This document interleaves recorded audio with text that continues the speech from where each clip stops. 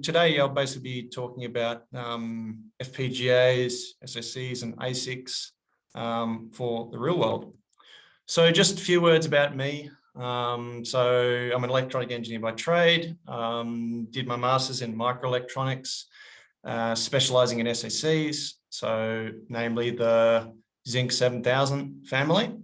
And I've got, a little over 10 years experience in industry, operating within, a wide range of sectors really. Automotive's been the main one I've been involved with, but also spent, 3 to 4 years in video technology settings, and most recently biotech. There's a really thriving biotech scene in Melbourne, so I'm currently consulting for a few companies in that space, which is really cool and exciting. And yeah, so currently working as an independent consultant, specializing in embedded software, FPGAs and ASICs. And most recently, well, since a few days ago, actually launched my own startup to really focus in on this FPGA to ASIC journey, which maybe I can talk a bit more about at the end. So let's dive right in, and let's actually start with talking about CPUs before we deep dive into FPGAs and the rest of it. So CPUs, or central processing unit. So they're your traditional brains of an electronic system, which executes in a serial fashion. So there's a representative CPU over there on the right-hand side. And basically, at a high level, we can consider them as having 3 phases of execution, which are namely fetch, decode, and execute. So the idea essentially is that your CPU fetches instructions from memory, and then it decodes that instruction, and then it executes it, and it continuously does this cycle. And so you've got a concept of, you've got a processing capability that is connected to memory, which might be read-only memory, for example, doesn't have to be. And it basically keeps pulling instructions from that memory attached to it, and then decodes the instruction it reads, which is, it's typically, we can say it's like an opcode, or it's broken into there's many different parts, right? So essentially the instruction first will say, what's the type of instruction? So classify the instruction. It might be as simple as a jump. So we want to jump to somewhere in our software, but it may also be something like an addition. So you might have a few parameters to that instruction, which says, okay, I want to add these 2 numbers and store them somewhere, so on and so forth. And we have this key building block of a CPU known as a arithmetic logic unit, or ALU, which is doing that decoding continually for us, and also performing the instruction at hand, such as an addition, subtraction, multiplication, etc. And related to that, data is also continuously fetched from memory as required. So if you want like a concrete example of that, you might have like a C application, let's say, and we have a local variable in there we want to act on, and that's part of the stack. Or we might have a global variable, static global variable somewhere in our application that gets passed around. So that's CPUs in a nutshell. It's it's really good at handling sequential things with a lot of complexity, and then modern CPUs, or really not that modern to be honest, have this concept of pipelining, where essentially it can do fetch, decode, execute in kind of a staged fashion to get higher performance. But I won't touch too much more onto that because it's kind of going a bit further away from the talk, but we can talk about that more if anyone's interested. So now moving more onto FPGA side of the equation, but before we can do that, we need to establish some common vocabulary, and digital circuits is at the heart of that. So basically, digital circuits are the foundation of FPGAs and many other things, which operate on the principle of binary states. So in the name, it kind of gives it away that there's just two states. We typically say it's a low or a high, or a 0 or a 1.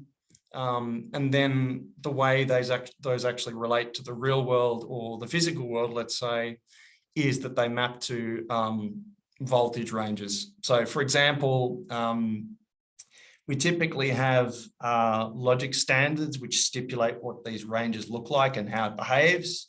But a simple one could be, if we have 0 to 1 volts, we consider that to be a low or a 0. And if it's between, 2 to 4 volts, we consider it to be a high state. So then in terms of actual electronics, we have this notion of a transistor, which in the digital domain we can consider as a switch, which we can turn on or off programmatically, which we'll look into more now. So in terms of FPGAs and, digital circuits, taking a step back, we can construct circuits out of what we call logic gates. So what you see on the left-hand side is a basic digital circuit that is an AND gate. So the idea is that this Q1 and Q2 are two transistors. So as I mentioned before, the transistor is the switching element. So the idea is that this is a resistor that acts as a load, and these are two inputs, A and B.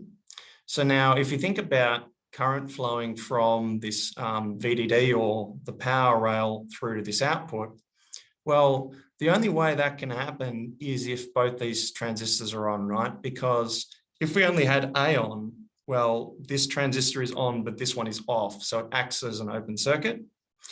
However, if we had A off and B on, this transistor would be switched on. However, this one would be off. So we'd have no current flow. But if we have A and B on, so in other words, these are like closed switches, then we would have current flow from VDD through to ground here through this output. So this is what we call an AND gate. And this is the physical representation, but logically and in schematics, we would use this symbol here as a higher level of abstraction. So the other common OR gate or logic gate we talk about, is an OR gate. Kind of a similar concept. The idea here is that if either of these transistors is turned on, then we get current flow and an output here because they're in parallel, and you'll get current through this load. And then we have this schematic symbol here. So they look kind of similar. This one just kind of has a bar on the inputs here and then a curved edge, whereas this one has a curved edge on the input side there. So how does all this tie to FPGAs, and what is an FPGA? Taking a step further back, the way I like to think of it is it's like an artist's canvas in the silicon world. So essentially, it's a chip that has silicon inside it and a heap of building blocks that set the stage for us to configure digital circuits in a programmable way. So basically, the circuit can be modified out in the field. That's where the field comes from it. So basically, just to give you a bit of history here, if we go back before FPGAs, we had things called GALs and PALs, or programmable array logic and gate array logic. And the way those worked, or some of them worked, was that you only sort of had one shot at configuring the digital circuit internally, which was high risk, right? Because if you got that digital circuit wrong and you'd already paid a foundry to make it, well, you're kind of in trouble, right? And so then FPGAs were kind of the evolution of that, where we said, okay, how can we de-risk this? Well, we can de-risk it by having a programmable flavor of those which allow us to modify how the digital circuitry is wired in the field or post-production. So that's how FPGAs kind of came to be.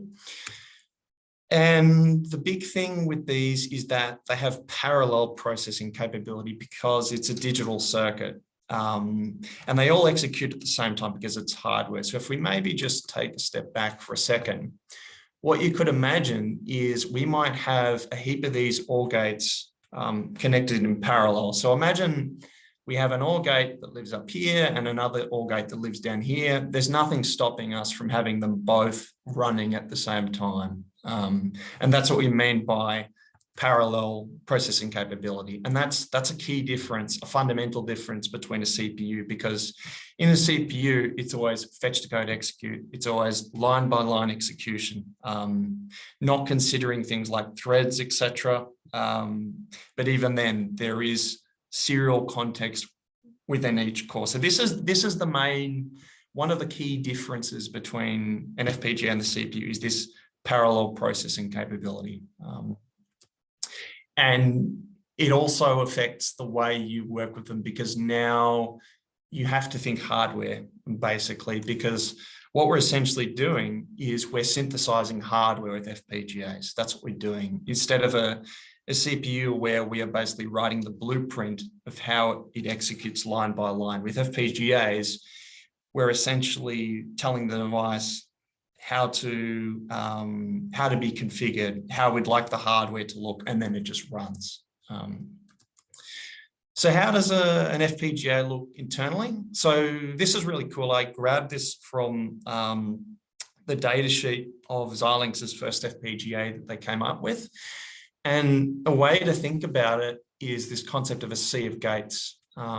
So the idea is that we have these things called a configurable logic block. I'll go more into detail shortly what's inside there, but just imagine that it's some digital circuit capability that's repeated in a matrix kind of fashion.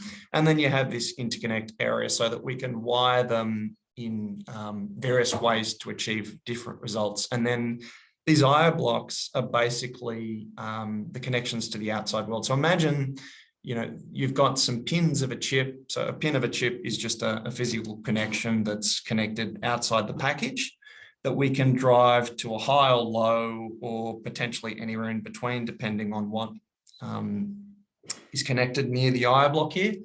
But essentially, we can set them as inputs or outputs and do things with them. And that's what these IO blocks facilitate. So that's how they look internally at a high level, but now we'll go further into what's actually inside these blocks.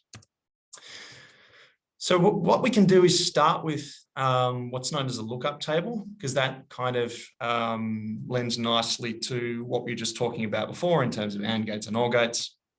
So the basic concept is that the question is, so we have all these gates, how can we set those up in a programmable way? One answer is using memory. And what I mean by that is that if you consider we have, memory, and we have this kind of address system into the memory, then we can set an output. So what we can say is at address 00, we define the output to be a 0.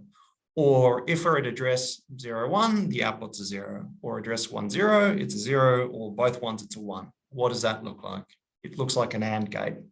Because as we said before, we only get a 1 at the output if both inputs are a 1. For any other combination, we expect to see a 0. And so the way we can achieve an AND gate in a programmable way is this sort of structure, where we have a memory building block. We call it a lookup table in the context of an FPGA. And we basically say, okay, for all the addresses, let's say what the output should be. And for an OR gate, the only difference would be is that these last three would be a 1, because for an OR gate, we expect to see a 1 when at least one input is a 1. So another way of looking at it is these are inputs and this is an output. So if we say we're looking at an OR gate, if A is a 0 and B is a 0, then we expect to see a 0. But if A is a 0 and B is a 1, then we expect to see a 1. 1, 0 would be a 1, 1, 1 is a 1. But for an AND gate, this is how it would look. Only when both inputs here are a 1, you see a 1 transferred to the output. So that's a lookup table. So moving on, another basic building block is a multiplexer or a mux, we call it. One just little thing here, we call it a LUT for shorthand. So all a mux is just a building block that allows us to route a particular input to the output. So this is just a simple 2-input mux. So the way it works is if this select signal is a 0, then this A goes through to the output. But if it's a 1, then B goes through the output like that. So that's a mux, nice simple building block. Commonly we'd have a wider with select here so that we can have, more inputs that we route through to the output. And probably the most important building block we now come to is the flip-flop or FF. Now, what a flip-flop essentially does is the input gets transferred to the output with some finite delay only at a particular edge of this clock signal. So you can have two main classes of flip-flops, let's say. One is a rising edge flip-flop and one is a falling edge flip-flop. So just to maybe step back again for a second, what's a clock? So I've got this timing diagram here to kind of illustrate all these signals. So a clock is basically, it's analogous to a heartbeat, you could almost say, or a clock in the physical world, where we have a periodic waveform where interesting things happen on edges. And so if we have a rising edge triggered flip-flop, then what that says is that on a rising edge, we expect the data to be transferred to the output. So if we use this example here, and we kind of zoom in here, we say, okay, we've got a rising edge on the clock here, and this is our data input, and Q is our data output. So on this rising edge, what do we see at the input? We see a 0. So this is we can say this is a logic 0 and this is a logic high. So we see a 0 here. So that means that the output will be a 0 for that clock cycle. And a clock cycle is just a period of that periodic waveform. So here to here is one clock cycle. So then on this edge, we ask ourselves the question again, what is the state of the data input? And it's high. So this time what happens is after a small delay, as I mentioned, the output transitions to a high. And then it stays high until here we ask ourselves the question again, what is the data input? It's still a high at this point, right? It's still representing a high. So what happens is this Q remains high for another clock cycle. And then here we ask the question again, oh, it's a low. So then after a finite small bit of time, you see it ramps down and goes towards a low. So that's a flip-flop, very fundamental aspect, and there's a lot more detail I could go into here, things like setup and hold time, but I'm going to very lightly touch on that later. But this is really critical to FPGA operation. So how do we program an FPGA? So in the good old days, we used to synthesize the circuits by drawing them, which was perfectly fine when we only had maybe 20 gates to play with. But how do we scale? Right. So kind of similar to the software world, we eventually moved to different levels of abstraction, and in the FPGA world, we constructed this concept called a hardware description language, or HDL. So basically, as the name kind of implies, it's a language that we can use to describe the hardware we want to synthesize in the FPGA. And so we have two main languages that were invented for this. One is, it's kind of funny, it's an acronym in an acronym called VHDL, or Very High Speed hardware description language, and then there's also Verilog. And we often like to think of things in terms of what we call the register transfer level, or RTL. It's a layer of abstraction where we have combinatorial logic. So basically that's like a lookup table or a mux between flip-flops. And I'll dive into what that looks like now. So basically, register transfer level RTL is a way we think in our head of how data propagates through the system. So how your inputs go through to the output. So essentially, we can think of it as being flip-flops that then drive logic. So this could be, maybe just a 2-input LUT that's an AND gate that then goes through to another flip-flop here and drives your output. So we always are thinking in our head, what's the logic that sits between these flip-flops? And this is really important because another big difference when you're working in FPGAs is we care a lot about how much logic is in here, because one could imagine that if there's too many lookup tables here between the flip-flops, then you're going to have a long delay. Because if we go back here for a second,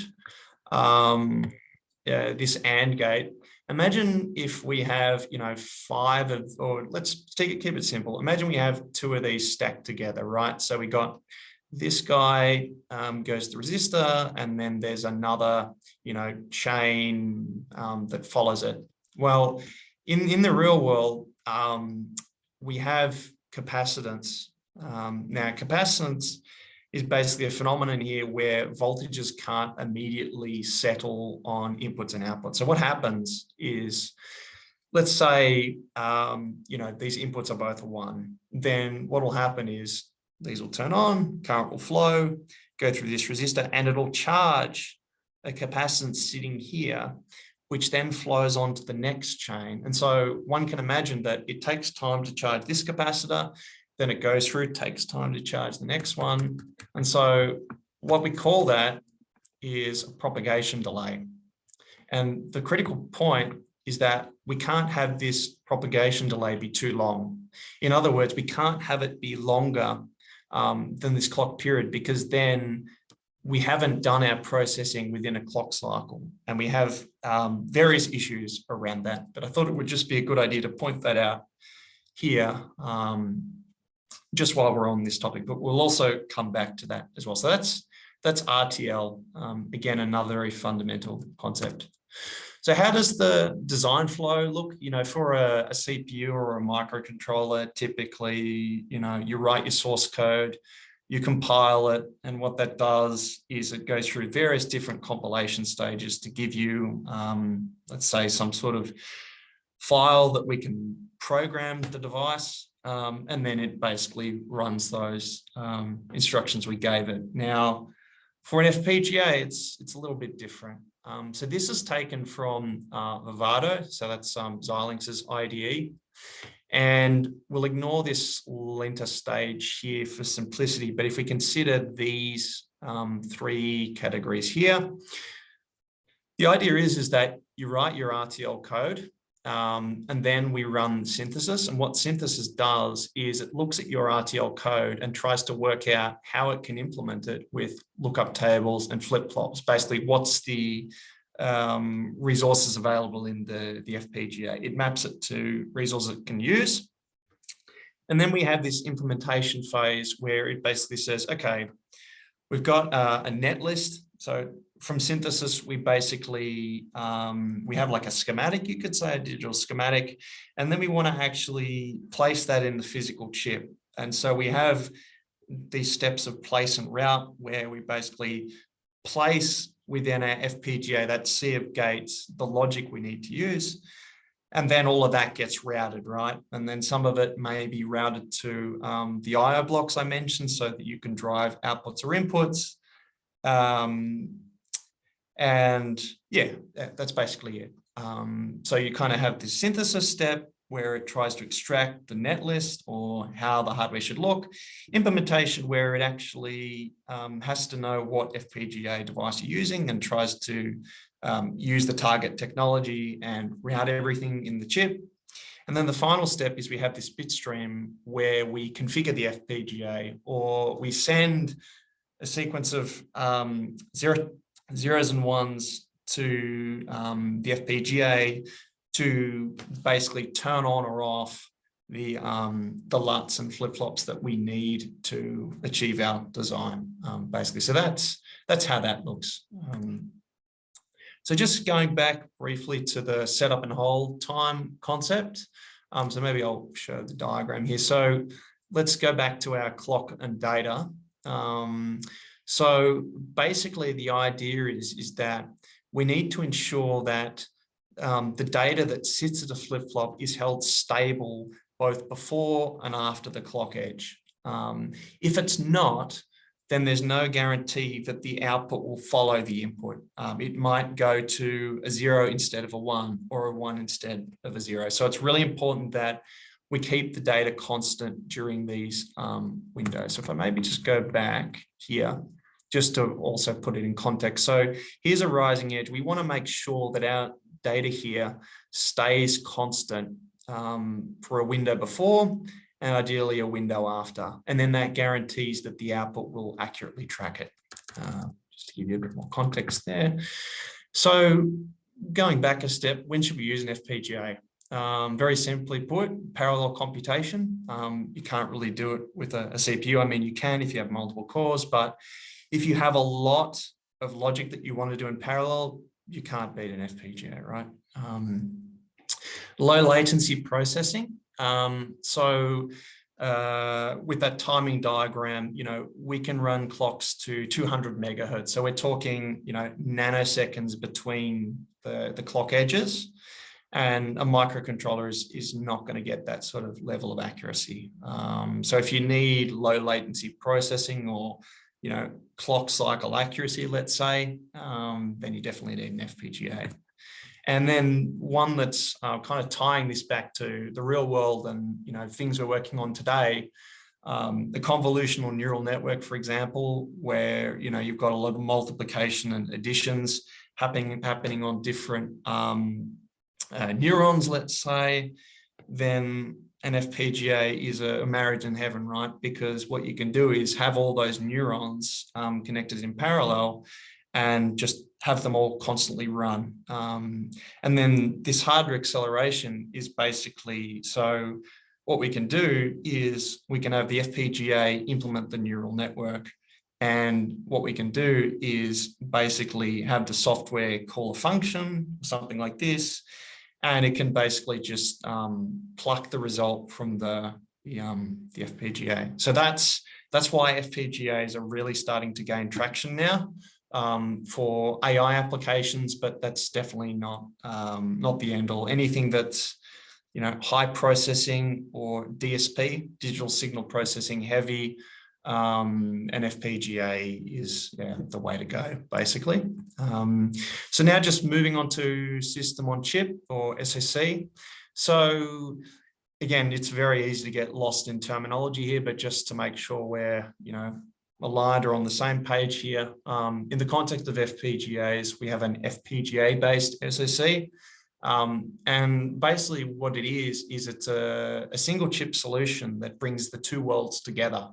So I've got a Zinc 7000 here, which I mentioned I studied in my master's, and then I've used it for the last 10 years a lot. And basically the Zinc 7000, it has an application processor or APU. And what that basically is two ARM Cortex A9 CPUs that we can use at our disposal and run, the sequential instructions we talked about on those. And then the really cool thing is that it has fabric around it that we can use. And by fabric, I simply mean programmable logic. So your LUTs, your flip-flops, as well as dedicated, hardware stuff that we can implement, like an I2C drive or SPI, memory interfaces, And so this is really the evolution of the FPGA for more complexity, because then we can leverage the processor to do the demanding sequential, complicated sort of work. So FPGAs are not good for that. FPGAs can do sequential work, but they're not well suited to complicated sequential logic. That's where you really need a processor for that. And so an SoC enables you to do that basically. And then at the same time, your processor can leverage the FPGA by tapping into the fabric for things like AI applications, convolutional neural networks, etc. So how are they used, SoCs? So typically we run a form of operating system on there, like no different to a microcontroller. We typically call them real-time operating systems because they have tighter deadlines. You know, we might have like what we call a task where every 20 milliseconds we do a chunk of processing, let's say, and these run on the CPU cores. So back here, you know, they run on an ARM Cortex-A9, or we can go full gamut and go for embedded Linux. A lot of companies are doing that today. So basically, as I kind of alluded to, we use the FPGA to handle the high-speed computation, which may have parallel elements, and then the CPU is for the more complex sequential stuff. So, you know, they're good to prove a concept for low to medium volumes or even high volumes, potentially, depending on your industry, what you're working on, etc. And they have significantly lower risk to the final part I want to talk about, which is ASICs. So ASICs, basically you go the full way where you say, okay, I want to have silicon that just has these parts, nothing else. So an FPGA has a sea of gates that you turn on or off. And ASIC says, I don't want a sea of gates. I just want the gates I need. So it just contains circuitry that's dedicated to the task at hand. So it's purpose-built, optimized performance, but highest risk. Now, the biggest problem with ASICs is very high cost traditionally, although that's coming down, which I'm going to get to in a second, which is a really exciting movement. But essentially, you know, you're looking at potentially millions of dollars just for the tooling to even work on these things, and then millions of dollars to actually send your design through to a foundry that actually builds your ASIC. You know, if you make a failure there, you're talking millions of dollars on the table at risk, which is dangerous.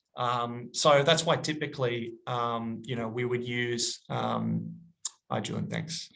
So yeah, that's why typically, you know, the typical flow would be use an FPGA or SoC to prove your concept, and then once you're feeling confident, you can potentially go the ASIC route.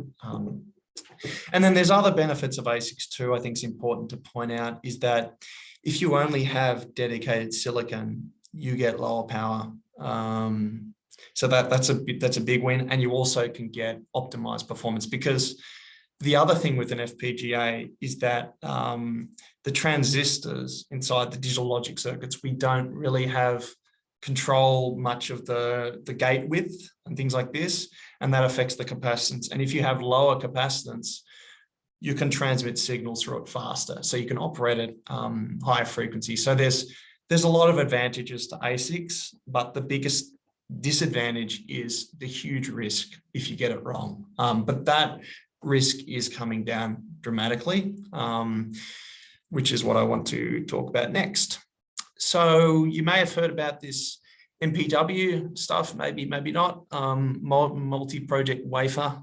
So Matt Venn and a few others done a terrific job of getting the word of this out there. So basically what it is it's a program where if you're working on an open source design that meets certain criteria, you can actually get it on a chip where a single die or an ASIC is made, and it has lots of different designs on it.